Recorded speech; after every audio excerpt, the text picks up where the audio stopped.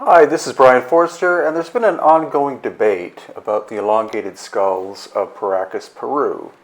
And we're going to see some profound differences here between these two.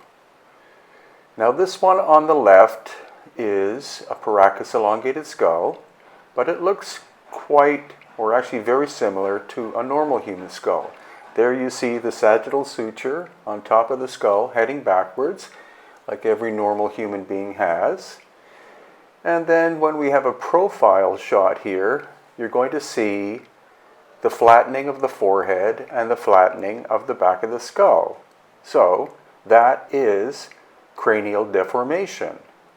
And that's what academics believe that all of the Paracas skulls are. But we're going to be looking at another one, which I believe is actually a natural elongated skull, as in it was born elongated. There again, you see the sagittal suture, which is common in Homo sapiens sapiens.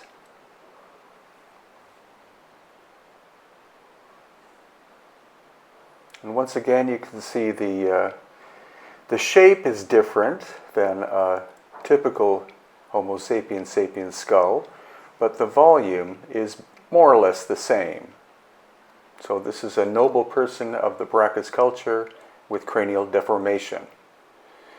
And now we're looking at this one. You can already see that the skull is larger than the one on the left, and there is absolutely no sign of the sagittal suture whatsoever. This is something that more than 30 physicians who have looked at the Paracas skulls in person can't explain. There has to be a sagittal suture, but it's not there. And as we go in close, or here you also see this protrusion on the forehead. And moving in closer, you see the coronal suture there going across the forehead.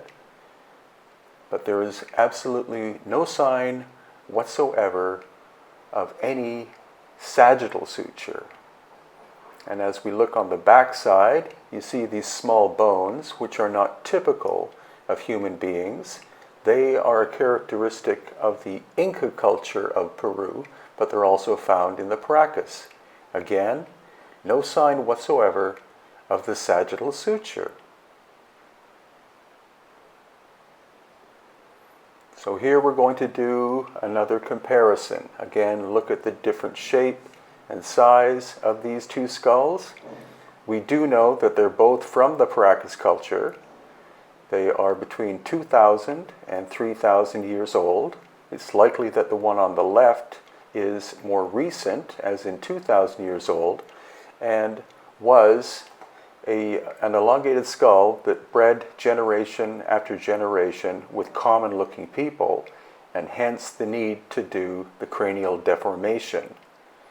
But it's likely that the larger one that you're looking at on the left here is a natural elongated skull. Come and join us for a very unique tour of Peru and Bolivia in August of 2020.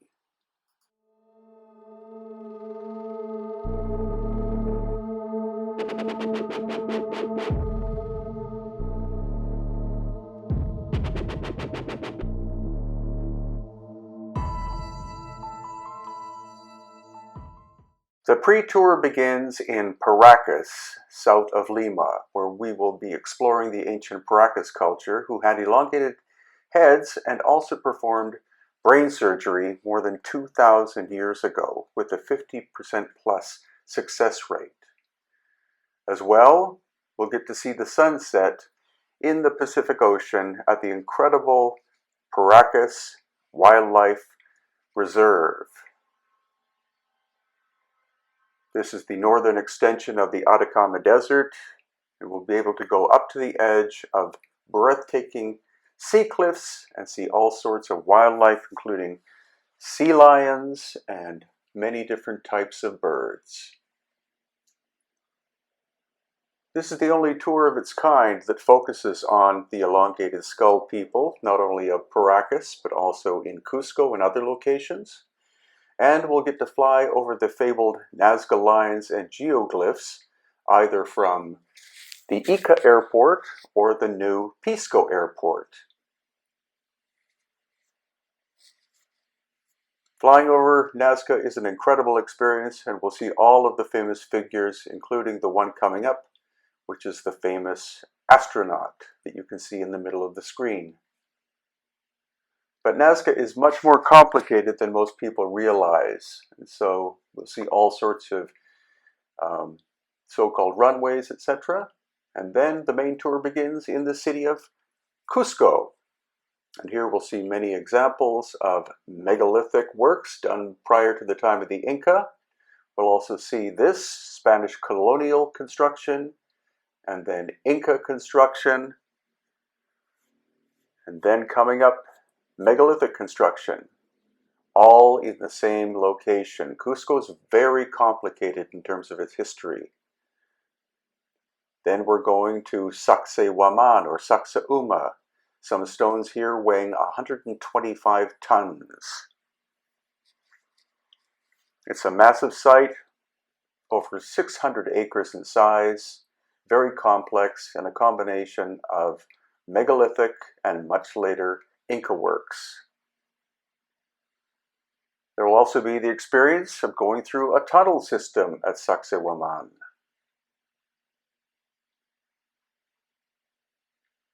Then it's off to the little village of Andahuaylas, where we'll see what could be a human-alien hybrid. This is the now famous Waikiki skeleton. Waiki's mother was Andean native, but what was Waiki's father? Following that, we're going to the huge site of Ollantaytambo, located in the Sacred Valley of Peru. Once again, it's a combination of Inca and much older megalithic works. Here you can see some megalithic components that are no longer in their original place because the site was hit by a cataclysm possibly 12,000 years ago. And the magic fountain, which has to be experienced in person. This is an Inca engineering marvel done at an older megalithic location at Ollantaytambo.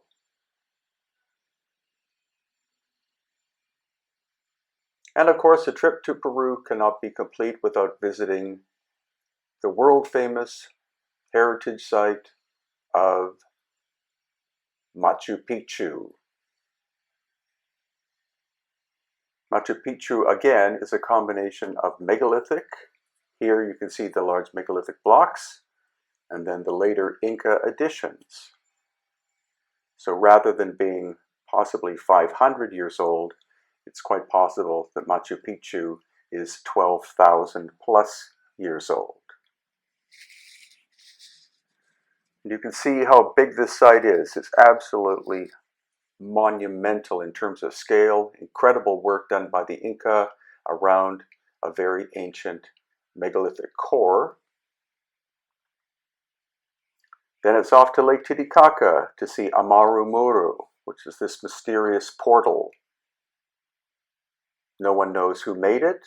It was not likely done by the Inca because it's quite a unique site. And then Silustani, where we find these giant towers. Believe it or not, the one above is much, much older than the one below. And here you can see the cross-section of one of the Chulpa towers. And of course, we also have to go to Tiwanaku and here Pumapunku. Again, a very mysterious location, home of the very famous H blocks, supposedly created by the Tiwanaku culture 2,000 years ago, but it's likely that it's thousands upon thousands of years older and done with lost ancient high technology. So once again, that's in August of 2020 at Hidden Inca Tours. Only 35 spaces will be available.